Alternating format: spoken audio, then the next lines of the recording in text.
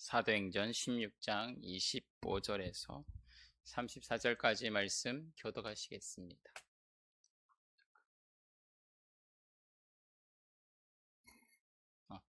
한밤중에 바울과 실라가 기도하고 하나님을 찬송하며 제수들이 듣더라. 갑자기 큰 지진이 나서 옥토가 움직이고 문이 곧 다 열리며 모든 사람의 매인 것이 다 벗어진지라. 간수가 자다가 깨어 옥문들이 열린 것을 보고 제수들이 도망한 줄 생각하고 칼을 빼어 자결하려 하거늘 바울이 크게 소리질러 이르되 내 몸을 상하게 하지 말라. 우리가 다 여기 있노라 하니 간수가 등불을 달라고 하여 뛰어들어가 무서워 떨며 바울과 실라 앞에 엎드리고 그들을 데리고 나가 이르되 선생들이여 내가 어떻게 하여야 구원을 받으리까 하거늘 이르되 주 예수를 믿으라. 그리하면 너와 네 집이 구원을 받으리라 하고 주의 말씀을 그 사람과 그 집에 있는 모든 사람에게 전하더라. 그 밤 그 시각에 간수가 그들을 데려다가 그 맞은 자리를 씻어주고 자기와 그 온 가족이 다 세를 받은 후 그들을 데리고 자기 집에 올라가서 음식을 차려주고 그와 온 집안이 하나님을 믿음으로 크게 기뻐하니라. 아멘. 네, 오늘 말씀의 제목은 끝났다고 생각할 때라는 제목으로 함께 말씀을 나누시겠습니다. 우리가 인생을 살아가면서 참 많은 다양한 순간을 맞이합니다. 행복할 때도 있고 슬플 때도 있고 때로는 인생에서 정말 두 번 다시 마주하고 싶지 않는 끔찍한 순간을 맞이할 때도 있습니다. 때로는 현재 내게 있는 그 행복의 나날이 영원히 멈추지 않고 영원토록 계속되었으면 할 때도 있습니다. 그 많은 일들을 겪으면서 유독 우리를 힘들게 하는 때가 있습니다. 언제입니까? 끝났다고 생각하실 때. 끝났다고 생각하실 때. 난 이제 끝났어. 정말 좌우면 앞도 안 보이고 그냥 모든 것이 다 끝났다고 생각할 때가 우리를 가장 힘들게 합니다.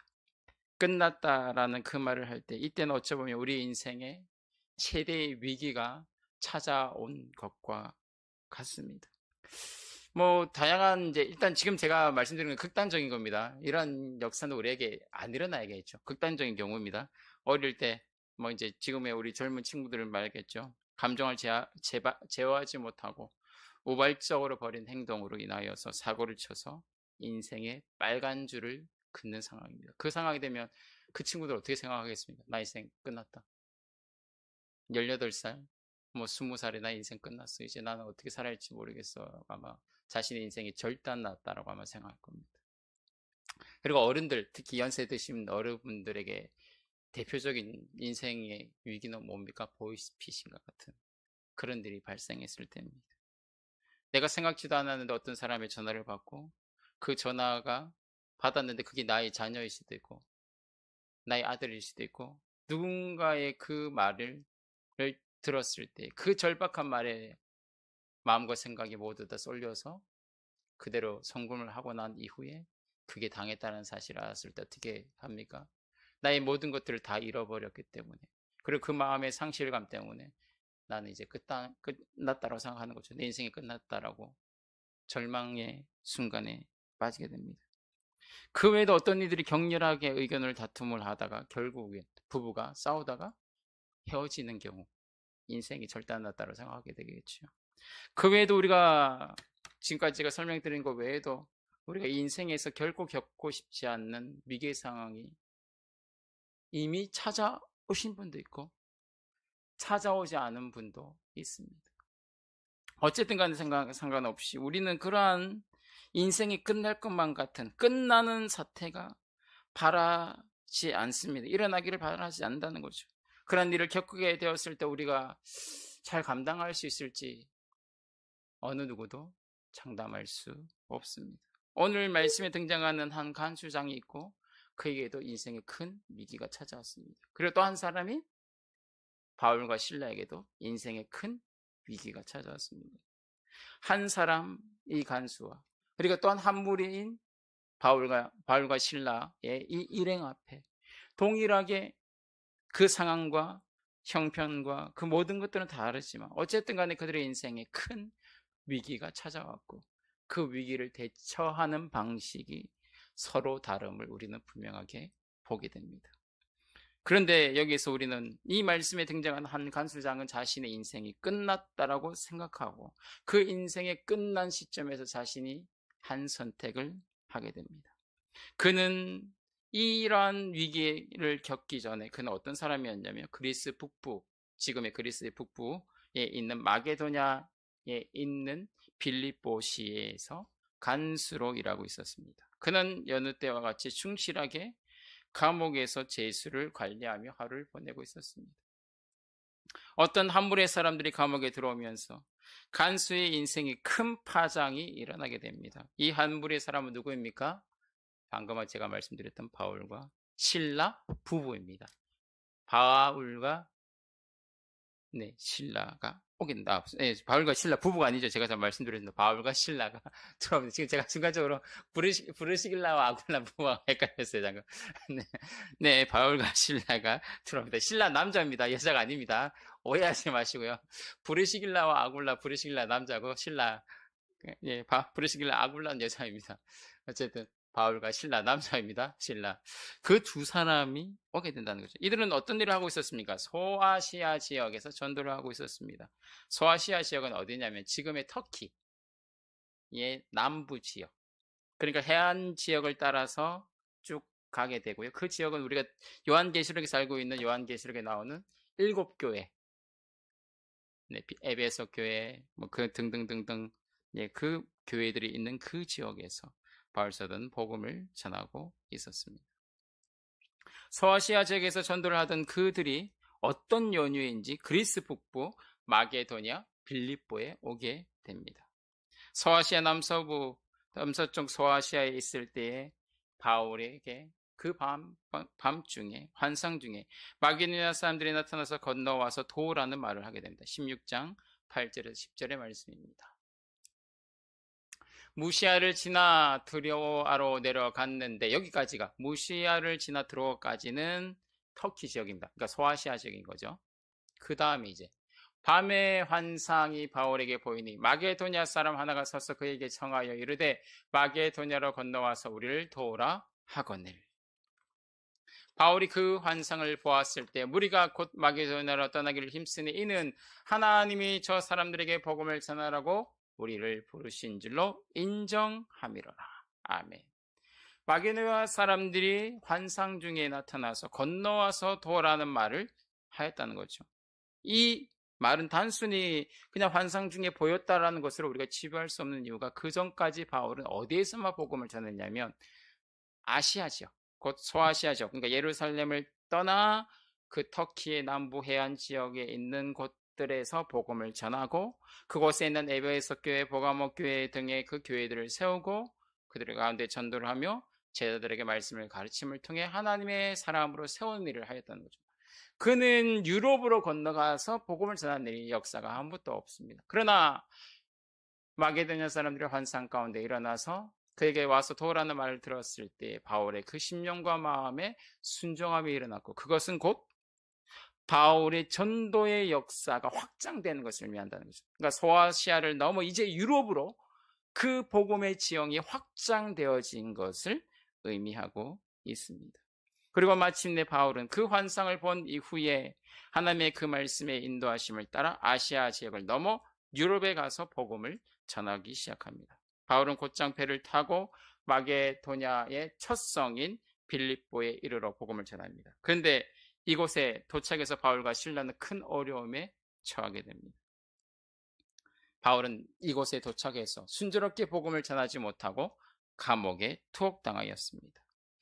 처음 바울과 실라가 빌립보에 도착하였을 때 그때 우리가 잘 알고 있는 한 사람, 루디아 여전도에 나온 루디아, 자색 옷감을 그러니까 자주 색깔 옷감을 팔고 있는 여인 루디아를 만나고 그 여인에게 복음을 전하는 거죠. 복음을 전할 때 이 여인이 어떻게 됩니까? 순적하게 복음을 받아들였습니다. 이때 이제 바울은 주님께서 우리를 마게도냐에 불러서 이 루디아에게 복음을 전하게 하시려고 불렀구나라고 생각하고 있었던 거죠. 그래서 그곳에서 열심히 힘껏 복음을 전하고 그 외에도 빌립보 지역에 있는 사람들에게 복음을 전하는 일에 힘써 이랬습니다. 그런데 바울 사도가 복음을 전하러 갈 때마다 한 사람이 그들을 뒤따라오면서 괴롭게 하는 사람이 있었습니다. 누구입니까?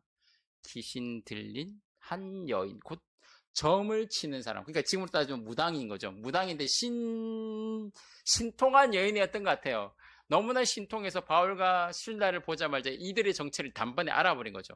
그리고 바울과 실라를 따라다니면서 계속해서 괴롭게 하고 고통에 빠지게 하였습니다. 너무나 고통스럽고 힘들어했다는 사실이 17절에 18절에 기록되어져 있습니다. 우리가 기도하는 곳에 가다가, 그러니까 바울과 실라가 빌립보 성에서 루디아에게 복음을 전한 이후에 늘상 하듯이 이스라엘 백성들이 전통적으로 뭘 하면 하루에 3번씩 기도하잖아요. 네. 3시, 6시, 9시 항상 기도의 처소를 마련하고 그곳에 가서 기도합니다. 그렇기 때문에 바울과 실라도 기도하기 위하여서 기도 처소를 찾기 위하여 가고 있는 길에 누구를 딱 만납니까? 기도하는 곳에 가다가 점치는 귀신 들린 여종 하나를 만나니 점으로 그 주인에게 큰 이익을 주는 자라. 그러니까 그 주인이, 이 여인이 너무나 신통방통해가지고 주인한테 돈을 너무나 많이 벌어주는 거죠. 근데 이 신통방통함이 넘어서서 복음을 전하는 누구에게까지 영향을 미치고 있습니까? 예, 바울과 실라가 가는 그 곳곳마다 따라다니면서 복음을 대신 전해주기 시작하는 거죠. 예, 시끄럽게. 자, 보겠습니다. 같이 읽으시겠습니다. 그가 바울과 우리를 따라와 소리질러 이르되 이 사람들은 지극히 높은 하나님의 종으로서 구원의 길을 너에게 전하는 자라 하며. 야, 대단하죠.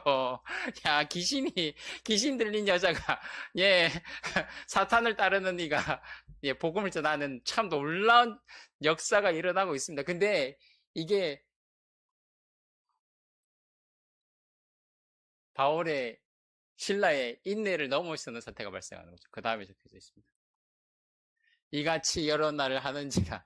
그러니까 복음을 전할 때 도움을 주는 것은 좋겠는데, 근데 가는 데마다 계속 쫓아다니면서 말을 못하게 하고 뒤에서 계속 떠들고 있으니까 이게 쉬고 싶을 때 제대로 못 쉬고 기도하고 싶을 때 기도 못하고 모든 상황이 너무 힘든 거죠. 그러니까 바울과 신라가 괴로워하는 거죠. 바울이 심히 괴로워하여 돌이켜 그 귀신에게 이르되 야, 너 이제 복음 그만 전하고 나가라는 거죠.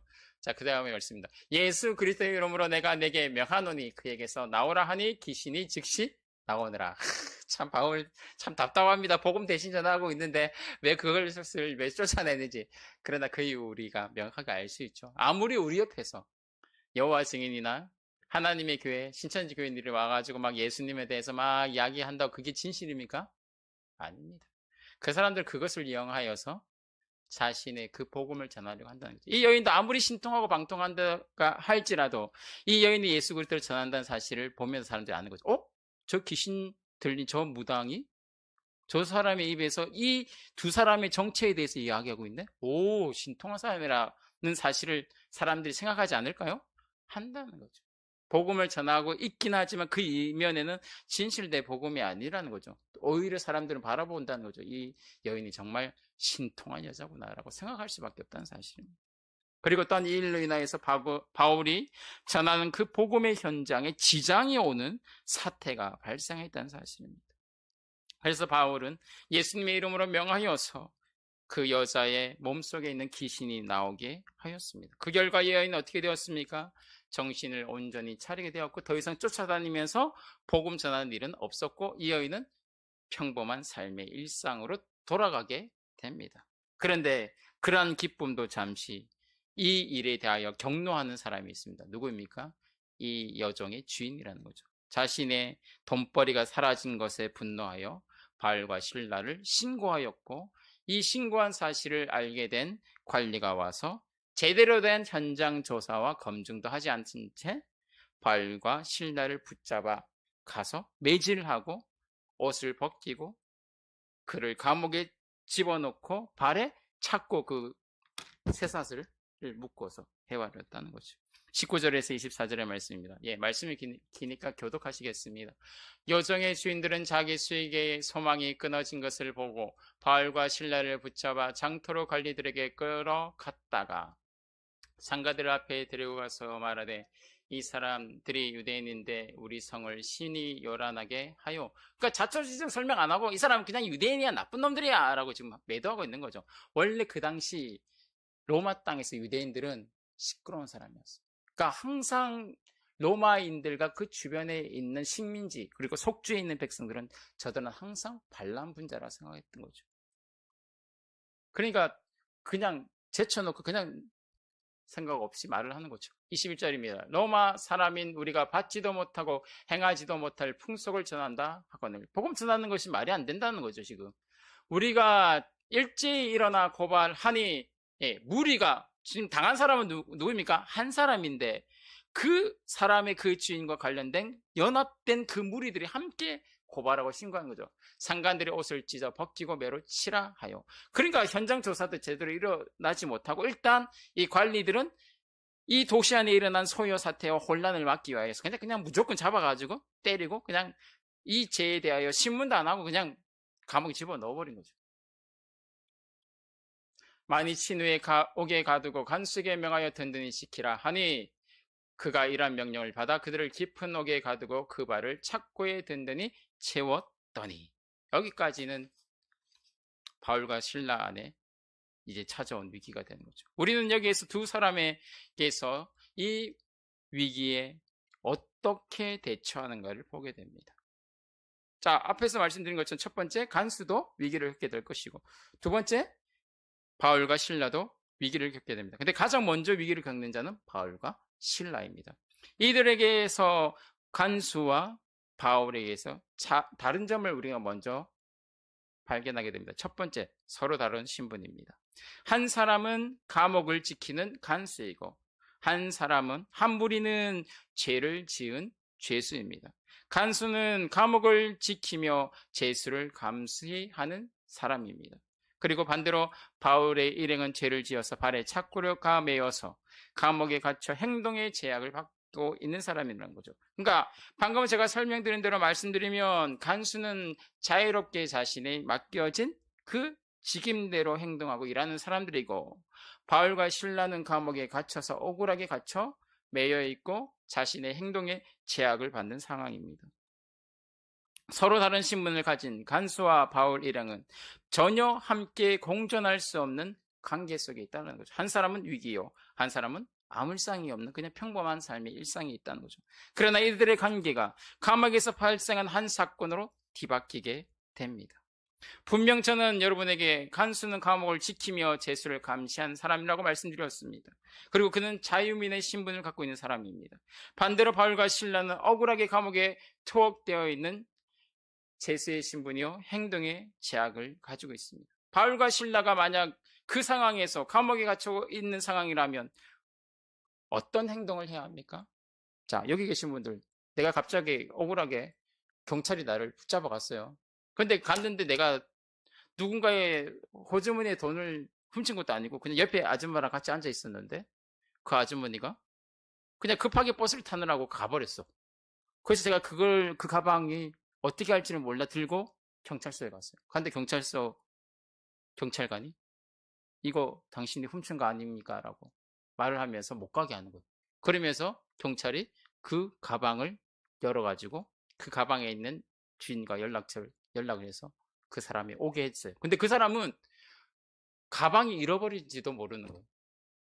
제 누나에게 그런 일이 있었습니다. 얼마 전에.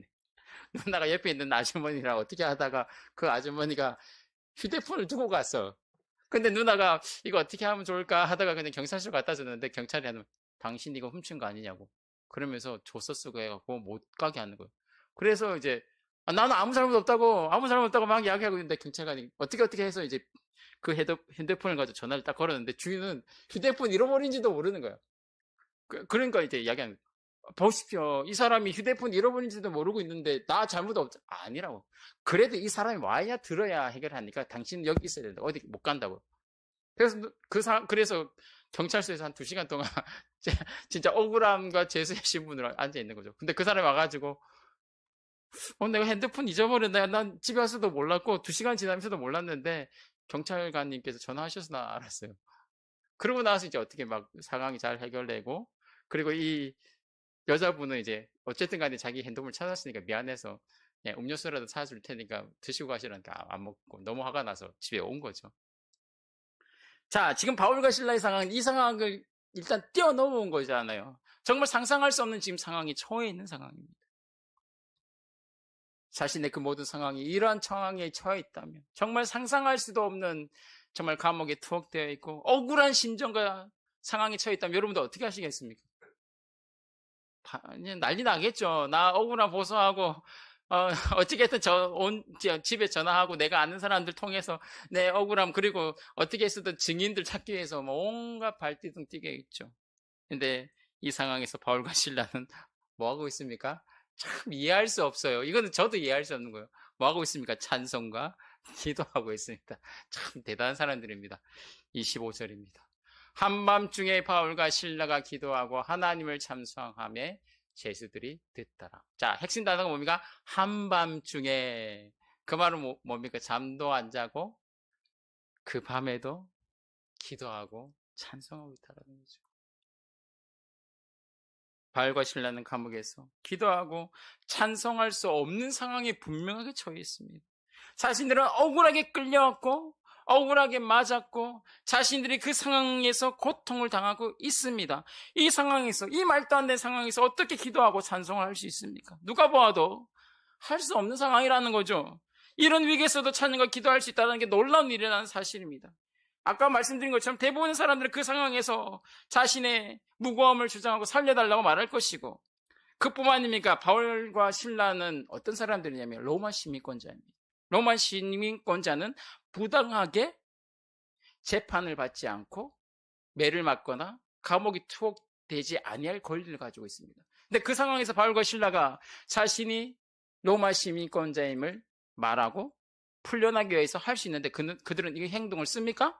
안 씁니다. 언제 씁니까? 나중에 모든 오해가 다 풀리고 나서야, 나 로마 시민이니까 나를 때렸던 그 간수장 불러서 정중하게 나가게 해달라, 이렇게까지 한다는 거죠. 이게 가능합니까? 아니라는 거죠. 그 상황이면 우리 어떻게 합니까? 바로 나 로마 시민권자라고 해야 그게 정상이라는 거죠. 근데 그들은 뭐 하고 있다고요? 정말 미련하게, 다시 말씀드릴게요. 미련하게 뭐 하고 있어요? 찬송과 기도하면서 하나님께서 이 가운데서도 이루실 역사를 찬양하고 기도하고 있다는 사실입니다. 정말 이해할 수 없는 사태입니다. 이것이 어떻게 보면 정말 주님께서 이 성경을 통해서 바울과 실라의 이러한 모습을 통해서 우리에게 무엇을 말씀하시는가를 보게 된다는 사실. 그런데 바울과 실라는 방금 말씀드린 것처럼 그런 모습들을 통해서 우리는 배우게 됩니다. 바울과 실라의 부부에게는 분명한 확신이 있습니다. 그들에게는 어떤 확신이 있습니까? 자신들에게 이 사명을 맡기신 자가 누구? 주 예수 그리스도시요. 그 복음을 위하여 자신들이 부르심을 입었다는 사실입니다. 그리고 또한 자신들이 이 낯선 땅 그리스의 마게도냐에 온 것도 누가 이끄셨습니까? 하나님께서 환상 중에 눈을 열어 마게도냐 사람들의 그 입술을 통해 듣게 하시고 걸어올 수 있도록 하셨다는 거죠. 그리고 그 가운데 주님께서 성령의 역사하신 거 인도하신 가운데 복음을 듣게 하시고 복음을 전할 자가 있게 하시고 그 가운데 하나님께서 이루실 역사를 믿었다는 거죠. 그렇기 때문에 자신들에게 일어난 이 억울하게 감옥에 갇힌 이 상황 속에서도 이루실 하나님의 역사를 믿었기 때문에 그들은 하나님께 모든 것을 맡기고 간구하며 찬송하며 기도했다는 사실. 그리고 그 가운데 하나님께서 구원하여 주시지 아니할지라도 그 가운데서도 주의 인도하심과 역사하심을 믿었다는 사실입니다. 그렇기 때문에 그들은 이 억울한 상황 속에서도 주를 전적으로 신뢰하고 기도와 찬양으로 주께 영광 돌려드리며 주께서 이루실 역사를 바라보았습니다. 자, 이제 반대에 있는 사람 보겠습니다. 간수입니다. 이 간수에게도 바울과 실라와 전혀 다른 큰 위기가 찾아옵니다. 굳게 닫힌 문, 당연하죠. 굳게 문이 닫혀 있어야죠. 열려 있으면 큰일 나잖아요. 그러면 그 감옥에 있는 모든 사람들이 탈출하고 달아나는 사태가 발생합니다. 굳건하게 문이 닫혔기 때문에 그는 뭐 하고 있었다고요? 밤에 잠자고 있었다는 거죠. 그러니까 안심하고 있었다는 거죠. 자신이 지키는 이 감옥에 아무 일도 없을 거라는 확신이 있었기 때문에 그는 잠들어 있었습니다. 그런데 어떤 일이 발생하게 됩니까? 갑작스런 큰 지진이 발생하고 온 감옥에 혼란이 발생하며 큰 지진이 일어나 죄수들을 가두고 있던 옥문들이 다 열려 젖혀버리고, 그리고 그것만 일어나야 정상인데 어떻게 됩니까? 발에 있는 착고 그 쇠사슬까지 다 풀려버린 거죠. 잠자는 사람이 놀라서 일어나서 뛰쳐 들어갔습니다. 그리고 옥문이 열려 있고 그 사태가 벌어진 것을 볼 때 그는 어떤 모습을 보입니까? 26절에 말씀. 이에 갑자기 큰 지진이 나서 옥터가 움직이고 문이 곧다 열리며 모든 사람의 매인 것이 다 벗어진지라. 간수는 놀라서 급히 들어갔고 그가 감당할 수 없는 인생의 대위기가 그에게 찾아왔습니다. 왜냐하면 그 당시 지금도 만약에 감옥에 그런 일이 발생하면 어쨌든 간에 그 관련된 간수와 관련된 그 감옥에 관련된 모든 사람들이 책임지겠죠. 아마 책임지고 어떤 사람들은 감옥 가고 어떤 사람들은 직위 해제되고 어떤 사람들은 잘리고 등등등 되겠죠. 그런데 이 당시는 이러한 일들이 발생하면 그날 비번을 맡은 사람이 모든 것을 책임집니다. 그러니까 그 사람들이 탈출하고 달아나면 거기에 대한 대가로 이 사람은 자신의 그 자유로민의 신분을 박탈당하고 그리고 노예가 되거나 아니면 사형 언도를 받게 되는 거죠. 그러니까 전적인 책임이 이 사람에게 주어지는 거죠. 그러니까 자신 앞에 닥친 이 위기 앞에서 자신은 비참하게 살아가야 한다는 그 두려움이 그에게 엄습하였고 그는 감당할 수 없는 그 위기 앞에 자신 앞에 죽음이 임박하였음을 깨달았습니다. 그래서 전 그 사람은 어떤 행동을 합니까? 이 간수는 이 큰 위기에서 어떤 행동을 합니까? 막중한 책임에 대한 두려움과 순간적인 심적인 위축과 두려움이 극에 달하게 되었다는 거죠. 이후에 발생할 책임에 대한 벌을 감당할 자신이 없는 거죠. 그 결과 벌어지게 될 그 일들이 너무나 고통스럽고 너무나 두려워서 극복하지 못하여 마침내 그가 내린 결단이 있습니다. 선택이 있습니다. 무엇입니까? 자신의 생명을 해함으로 모든 것을 회피하려고 한다는 거죠. 27절의 말씀입니다. 간수가 27절의 말씀입니다. 간수가 자다가 깨어 옥문이 열린 것을 보고 죄수들이 도망한 줄 생각하고 칼을 빼어 자결하려 하여 칼을 빼어들고 죽으려고 하였습니다. 우리는 여기에서 한 가지 사실을 주목해야 합니다. 방금 앞에서 말씀드린 것처럼 바울과 실라도 큰 위기에 처했고 간수도 큰 위기에 처했습니다. 근데 그 둘이 보인 반응은 각각 다르다는 사실입니다.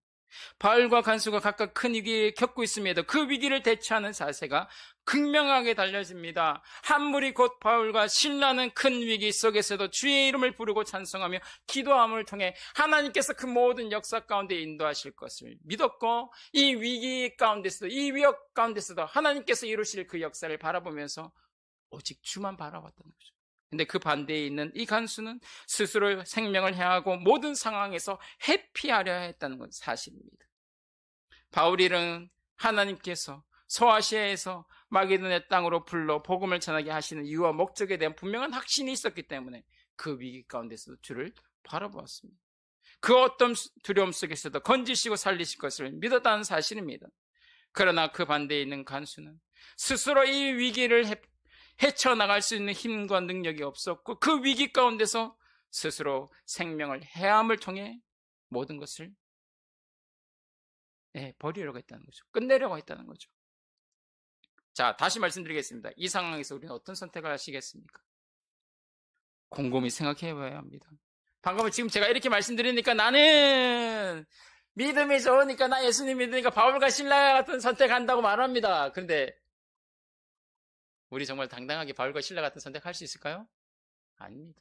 예수님 믿는 사람들 중에서도 극단적으로 자살은 안 하더라도 그 위기가 되었을 때 주님은 그냥 아예 생각도 안 나고 그냥 내가 방식으로 그 문제를 해결하기 위하여서 동분수저하는 경우가 우리가 꽤 많다는 사실입니다.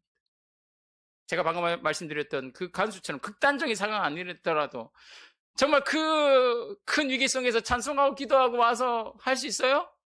쉽지 않다는 거죠. 정말 주님이 큰 은혜 주셔야 한다는 사실입니다. 그렇기 때문에 우리가 그러한 상황과 그러한 위협이 왔을 때 우리가 뭐 해야 한다는 거죠? 지금부터 훈련이 돼야 한다는 거죠. 훈련이 있으면 극복할 수 있잖아요. 그렇기 때문에 우리 지금도 고3 학생들이 1년 내내 뭐 하고 있죠? 수능을 위하여서 훈련하고 있는 거죠. 그 위기의 순간, 그 수능을 쳤을 때, 갑자기 화장실에 가고 싶을 때, 배탈 났을 때, 그리고 그 60분 동안 문제를 60문제 풀어야 되는 그 위기 속에서 어떻게 대처하고 어떻게 하기 위하여서 한 달에 한 번씩 뭐 합니까? 모의고사를 치는 거죠. 아니, 정확히 말해서는 3년 동안 모의고사만 계속 치는 거죠. 그러면서 이 위기 상황에서 어떻게 시간 분배를 하고 어떻게 화장실을 가고 싶을 때 어떻게 오줌을 참고 등등등등등등등등등 방식에 향해서, 그리고 그 문제를 풀면서 어떻게 재치를 발휘해서 문제를 풀 것인지 등등등등 훈련을 한다는 거죠. 우리 그리스도인도 역시 연습과 훈련이 필요하다는 사실입니다. 우리도 역시 간수와 같은 그런 우리 스스로의 방법으로 해결할 수 있다는 사실입니다. 바울과 신라의 그 모습을 보면서 야 멋지다, 나도 그렇게 할 수 있다 말할 것이 아니라 나도 그러한 모습이 될 수 있도록 지금부터 훈련을 해야 한다는 거죠. 어떤 훈련입니까? 작은 위기들이 발생했을 때. 그 작은 위기의 상황들이 뭐 별거 아닐 수도 있습니다. 그러나 그 위기의 상황들이 발생했을 때 그래 그냥 평소와 다름없이 그냥 해결할 것이 아니라 그때에도 주님, 제게 작은 위기들이, 이러한 위기들이 발생했습니다. 어떻게 했으면 좋겠습니까? 주님 도와주옵소서. 이 위기도 주님 주의 은혜로 잘 극복할 수 있도록, 잘 해결할 수 있도록 주님께서 문을 열어주시고 이 가운데 주님 역사하시고 인도하여 주옵소서. 그런 훈련이 필요한다는 거죠. 그 훈련이 쌓이고 쌓이면 나중에 큰 위기가 왔을 때 어떻게 되는 거죠? 위기가 왔을 때 해왔던 방식대로 대처하게 된다는 거죠. 근데 그런 훈련의 상황이 오면 어떻게, 어머, 어떻게 이렇게 하다가 그냥 내 스스로 해결하게 된다는 거예요. 그때는 우리가 지각이 열립니까? 신앙의 믿음이 열립니까? 안 열립니다. 우리의 방식에 눈에 보이는 것이 시야가 좁아지고 생각이 좁아지고 모든 지혜가 좁아지고 우리의 경험이 좁아지고 모든 게 좁아진다는 거죠.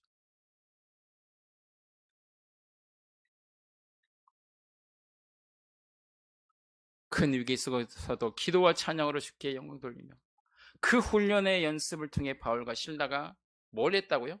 전도하면서도 항상 어디를 찾아갔다고요? 기도의 처소를 찾아갔고 주께서 이 전도와 이 모든 역사 가운데 이끄실 것을 믿었다는 거죠. 바울이 수없이 많은 그 위기의 상황들을 처할 때마다 그럼에도 그는 끝까지 달려갔다고 고백하잖아요. 그 모든 위기 속에서도 내게 이 사명을 맡기신 자 그 주를 위하여 내가 달려간다라고 고백하고 있는 그 고백 속에는 이 어려움 속에서도 그 기쁘나 슬프나 그 모든 역사 가운데 하나님 이끄심을 믿으며 죽게 간구하고 훈련과 기도의 연습이 있었다는 거죠. 그러므로 이 모든 것은 하나님의 역사이시며 그 가운데 생명을 해하지 말라고 이 간수에게 이야기한다는 거죠. 그 생명을 끊으려고 하는 자에게 그 위기의 상황에 어떻게 해야 할지를 바울과 실라가 제시해 주고 있습니다. 28절에서 29절 말씀. 바울이 크게 소리질러 이르되 내 몸을 상하게 하지 말라. 우리가 다 여기 있노라. 너 지금 아무것도 보이지 않니? 생명의 위협을 느끼고 죽으려고 하고 있잖니? 그러나 주위를 둘러봐라 말해주고 있다는 거죠. 간수가 등불을 달라고 하여 이제 보이는 거죠. 이제 등불을 들고 안을 이제 뒤져본다는 거죠. 거기에 문이 열렸는데 안에 사람들이 도망갔는지 안 보면 이제 정신을 차리게 된다는 거죠. 옆에서 믿음의 사람이 붙잡아주고 있는 거죠. 등불을 달라고 하며 뛰어 들어가 무서워 떨며 바울과 실라 앞에 엎드리고. 그러니까 그들은 이 간수는 알고 있는 거죠. 이 사태가 왜 발생했는지. 억울하게 붙잡혀온 그들이 그 감옥 안에 있는 그 사람들과 같이 행동하지 않고 기도하고 간구하고 밤새도록 했다는 거죠. 그것을 보면서 간수가 처음에 어떻게 했어요? 미친놈들. 죄송합니다. 이렇게 막 직설자고 제가 말씀드려서 그렇지 않았을까요? 혀를 차지 않았을까요? 야, 진짜 참 이해할 수 없는 저 예수쟁이들 안 했을까요?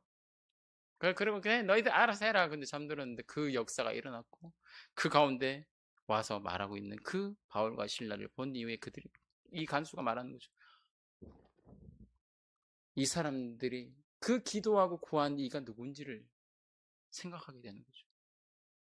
그리고 이 위기 속에서 구원하신 그 주에 대한 호기심과 그 마음 가운데 믿음이 생기기 시작하는 거죠. 그리고 바울 신라에게 엎드려서 말하는 거죠. 어떻게 하면 구원을 얻을 수 있습니까? 라고 이야기합니다. 바울의 말을 들은 간수는 그제서야 자신을 옥죄는 두려움이 사라지고 진정하게 되었고, 그리고 그제서야 바울은 주께서 마게도냐로 보내신 그 사명을 이어서 전하게 되는 거죠. 첫 번째 누구에게 했고요? 루디아. 그 두 번째 귀신 들린 여인. 세 번째 이 간수에게 복음을 전하게 됩니다. 그러면서 그에게 말하는 거죠. 주 예수를 믿으라. 그러면 너와 내 집이 구원을 받으리라. 와, 직접적인 복음의 말씀이 여기 선언되어 있죠. 31절에서 34절의 말씀입니다. 이르되 주 예수를 믿으라. 그리하면 너와 내 집이 구원을 받으리라 하고 주의 말씀을 그 사람과 그 집에 있는 모든 사람에게 전하더라. 간수에게만 전했는데 넘어서서 그의 가족들과 그가의 모든 이들에게 복음을 전하는 역사가 일어나게 되는 거죠. 그 밤 그 시각에 간수가 그들을 데려다가 그 맞은 자리를 씻어주고 자기와 그 온 가족이 세를 받은 후 그들을 데리고 자기 집에 올라가서 음식을 차려주고 그와 온 집안이 하나님 믿음으로 크게 기뻐하니라. 이게 뭔지 아십니까? 빌립보 교회가 시작됩니다. 이 역사를 통해 우리를 도와주라라는 그 말을 듣고 바울과 신라가 갔고 하나님께서 여기까지 인도하신 거죠. 그러니까 루디아 귀신 들린 여자를 치유 가운데 그 복음을 전한 것을 넘어서서 이 간수가 그리고 그 가족이 믿고 그 역사를 통해서 빌립보 교회가 생성되는 놀라운 역사까지 인도하시는 사실입니다. 여기서 묻겠습니다. 주님은 이 모든 역사 가운데 계신 하나님이십니다. 오늘도 우리는 인생을 살아가면서 크고 작은 위기를 겪으며 살아갑니다. 우리가 어쩌면 어떤 때는 간수와 같은 선택을 할 것이고 어떤 때는 우리가 바울과 실라와 같은 선택을 한다는 거죠. 그렇죠? 위기 왔을 때 우리가 늘 간수와 같은 선택만 하는 건 아니잖아요. 그렇지 않아요? 어떨 때는 이게 위기가 왔다 주님 이거 오늘 어떻게 하면 좋을까요? 주님께 기도한다는 거죠. 그러나 주님께서 원하시는 것은 이 간수와 같은 선택의 길보다 누구와 같은 그 길이 연속되기를 원하실까요? 바울과 실라와 같은 그러한 그 위기 속에서도 주의 지키심과 보호하심과 인도하심을 믿으며 나아가는 삶을 원하신다는 거죠. 우리가 사랑하고 있는 다윗의 삶이 그랬을 거라는 거죠. 다윗의 삶은 정말 매일매일의 삶의 연속이 위기였다는 거죠. 그가 왕이 되기 전까지, 왕이 된 이후로도 위기가 왔지만 그 왕이 되기 전까지 골리앗을 죽인 이후부터 왕이 되기 그 직전까지 그 매일매일이 살얼음판이요 매일매일이 위기의 속 안에 있었다는 거죠. 그의 마음의 심정의 고백들이 어디에 고백되어 있습니까? 시편에 고백되어 있죠. 거기 보면 정말 다윗이 우는 날도 있고 소리 지르는 날도 있고 내가 이 위기 왜 당해야 되냐고 억울함을 호소하는 장면도 있고 그러면서도 하나님 나 도와주고 살려주십시오라는 것도 있고 또 한편으로는 뭐 있습니까? 그냥 주님이 알아서 하십시오. 나 모르겠습니다. 이런 낙심과 좌절도 있고. 그러나 그 모든 결론은 뭡니까? 그럼에도 주께서 나를 여기까지 인도하셨고 나를 구원하실 이는 하나님이시오니 주님이 나를 인도하여 주옵소서라고 고백하고 있다는 거죠. 그렇기 때문에 우리가 다윗을 보면서 그의 희노애락과 그의 범죄와 타락 가운데에서도 주를 끝까지 바라보면서 가라는 그 신앙의 모습을 그 신앙의 여정을 보면서 우리가 어떻게 주님을 믿어야 되는지를 보게 된다는 사실입니다. 말씀을 정리하겠습니다. 우리에게는 위기가 찾아옵니다. 그리고 그 모든 것이 끝났다고 여길 때가 있다는 거죠. 그 위기의 순간에 우리는 어떻게 할 것이냐는 거죠. 우리도 동일하게 간수와 같은 선택을 하지 않는다는 보장이 없다는 거죠. 그러나 주님은 우리 가운데 그런 위기, 크고 작은 위기들이 닥쳐올 때 주를 바라보라는 거죠. 그리고 주께 간구하라는 거죠. 그리고 그 연습과 훈련이 연속되어지면 마침내 그 큰 위기가 와서도 누굴 바라보게 된다고요? 하나님께 기도하게 된다는 거죠. 기도한다라고 그 위기가 사라집니까? 안 사라지는 경우가 대다수라는 거죠. 그러니까 예수님 안 믿는 사람들은 뭐라고 말합니까? 야, 그러면 기도할 필요 없잖아. 뭐 하려고 쓸데없이 기도해. 그런데 우리는 그럼에도 기도해야 한다는 거죠. 우리의 생명의 생사일대권 누구에게 있습니까? 주 예수 그리스도에게. 우리는 구원받은 자. 이미 우리의 생사의 여따권은 그에게 주어졌고 우리는 이미 구원받았고 우리의 생명은 죽음에서 생명으로 옮겨진 자이기 때문에 그 이후에 우리 인생에서 벌어지는 그 사태가 아무리 크고 놀랍더라도 우리 생명이 절단납니까? 안 납니다. 절단 나가지고 지옥 갑니까? 안 간다는 거죠. 우리의 생명은 이미 예수 그리스도의 그 구속하신 은혜로 이롭게 되어서 영원한 그 하나님의 나라가 약속되었기 때문입니다. 그렇기 때문에 우리에게 그보다 더 큰 위기는 올 수 없다는 거죠. 그러므로 우리가 끝까지 주를 바라보면서 그 위기 속에서도 훈련과 연습을 저와 여러분 우리 모두 다 함께 계속해 가셨으면 좋겠습니다. 작은 위기 속에서 주님께 간구해 봅시다. 쉽지 않습니다. 훈련과 연습이 되면 우리도 다윗처럼 그 시편의 고백으로 하나님께 나아갈 수 있을 것으로 믿습니다. 기도하시겠습니다. 살아계시고 역사하시고 인도하시는 주님, 감사를 드립니다. 우리가 인생을 살아가면서 크고 작은 위기들이 옵니다. 그리고 마침내 우리가 해결할 수 없는 큰 위기들이 찾아올 때에 그 작은 연습과 훈련들이, 그 주를 바라본 그 연습과 훈련들이 마침내 효과를 발휘해야 할 때가 올 줄을 믿습니다. 오직 주를 사랑하며 주의 역사하심과 인도하심을 간구하며 훈련과 연습을 통해 그 위기 속에서도 흔들리지 않는 우리의 신앙의 견고함이 있게 하여 주옵소서. 감사하고 예수님 이름으로 기도드립니다.